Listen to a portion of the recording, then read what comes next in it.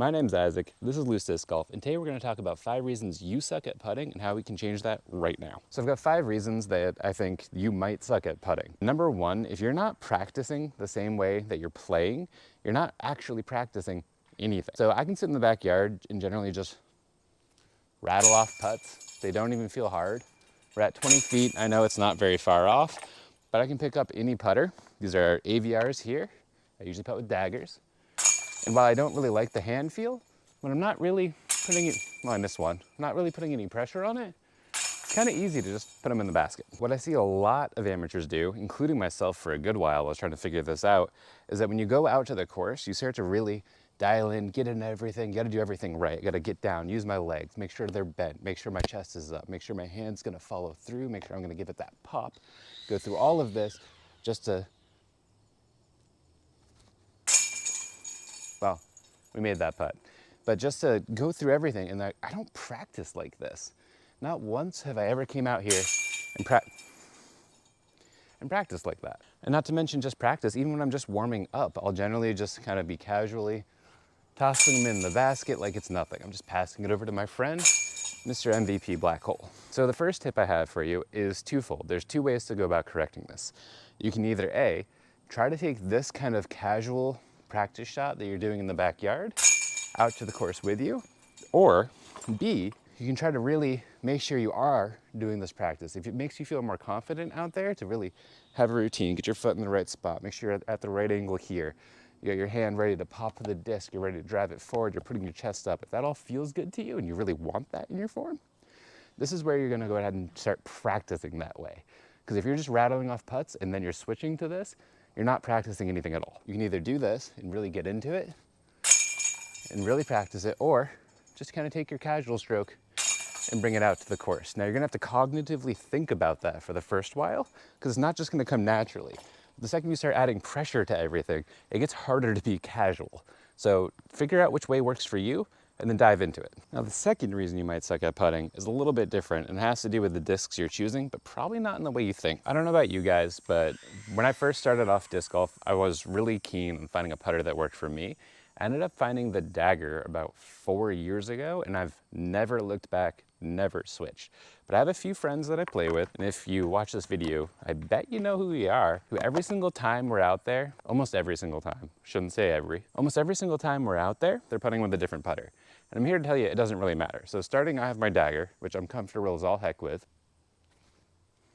Right in the basket, max weight AVR, again, no problem. It doesn't matter, we missed a little bit, but I kind of flew exactly the same. A lightweight AVR, which don't get me wrong, I don't always recommend lightweight putters because if it is windy, that might get a little squirrely. I have a Challenger OS. I have a Glitch.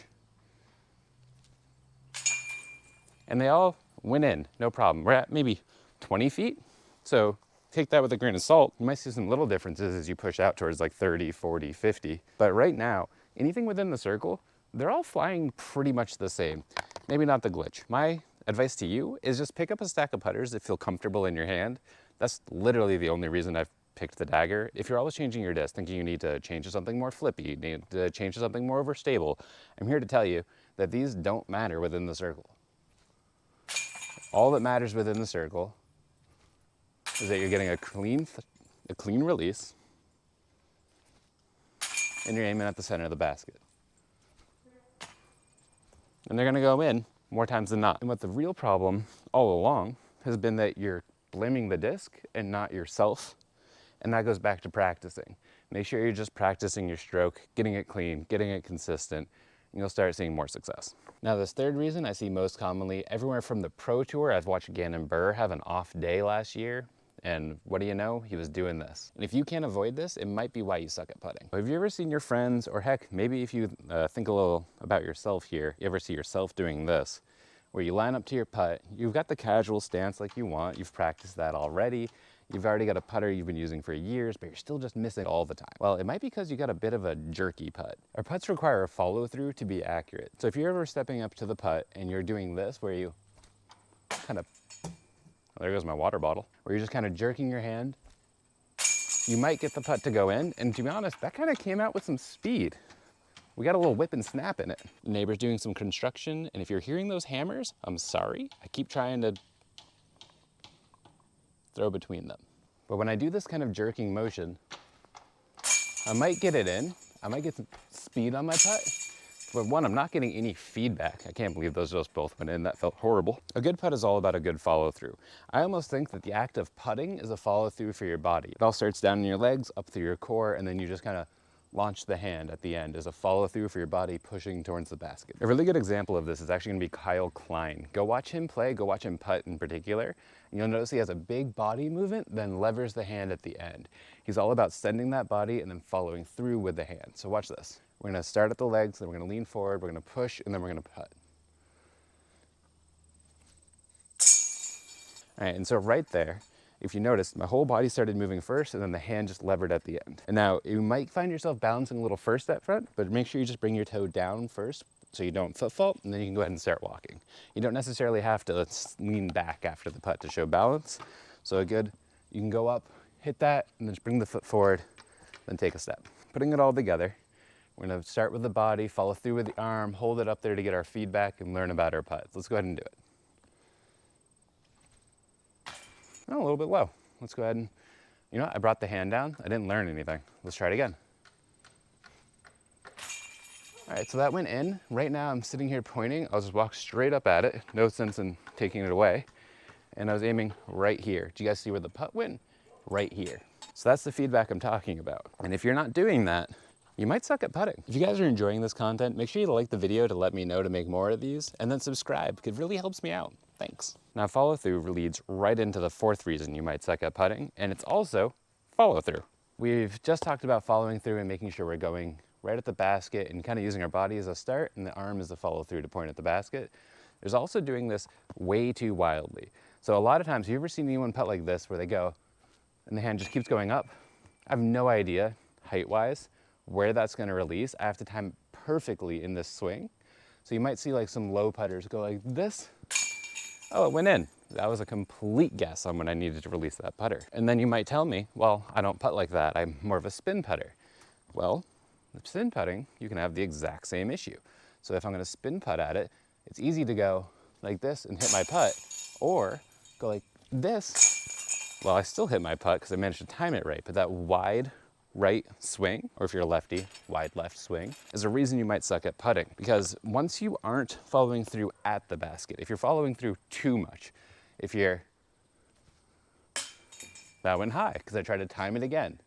If you're following through up, if you're following through wide, you're bringing in variance. So the spin putter is going to miss left and right because of this, and the more push putter is going to miss up and down, high and low because of this as well. So what we can do, same idea, is just focus on following through the body, using the hand to point directly at the chain that you're aiming at the end.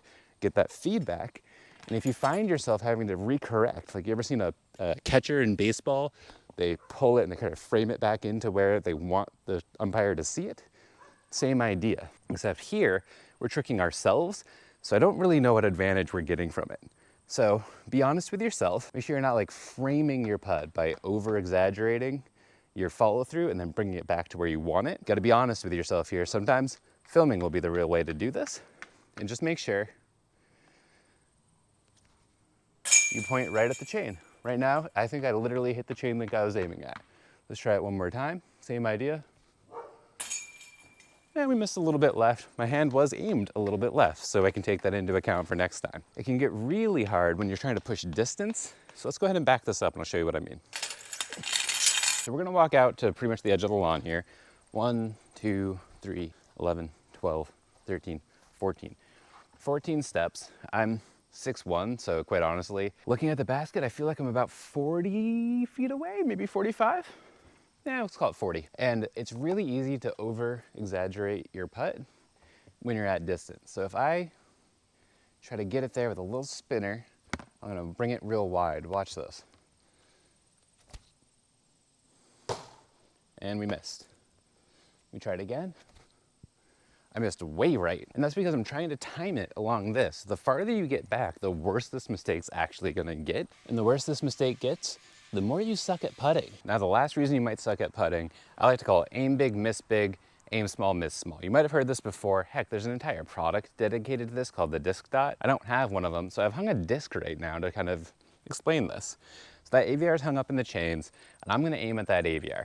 Granted, I'm kind of hoping I'm gonna hit this, but nonetheless,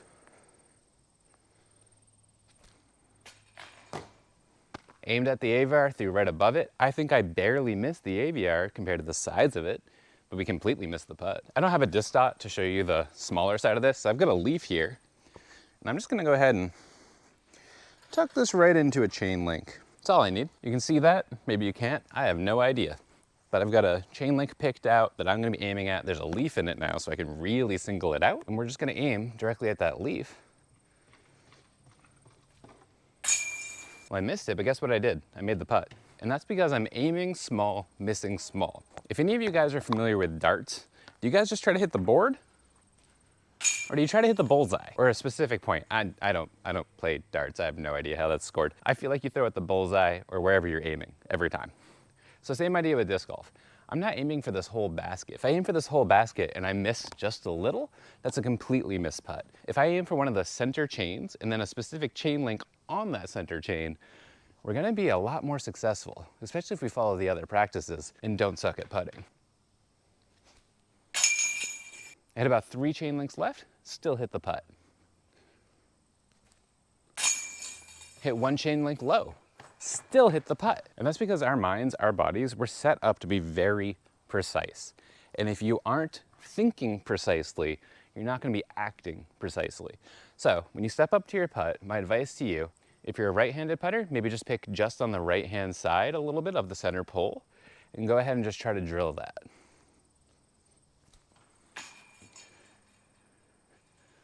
I didn't follow through.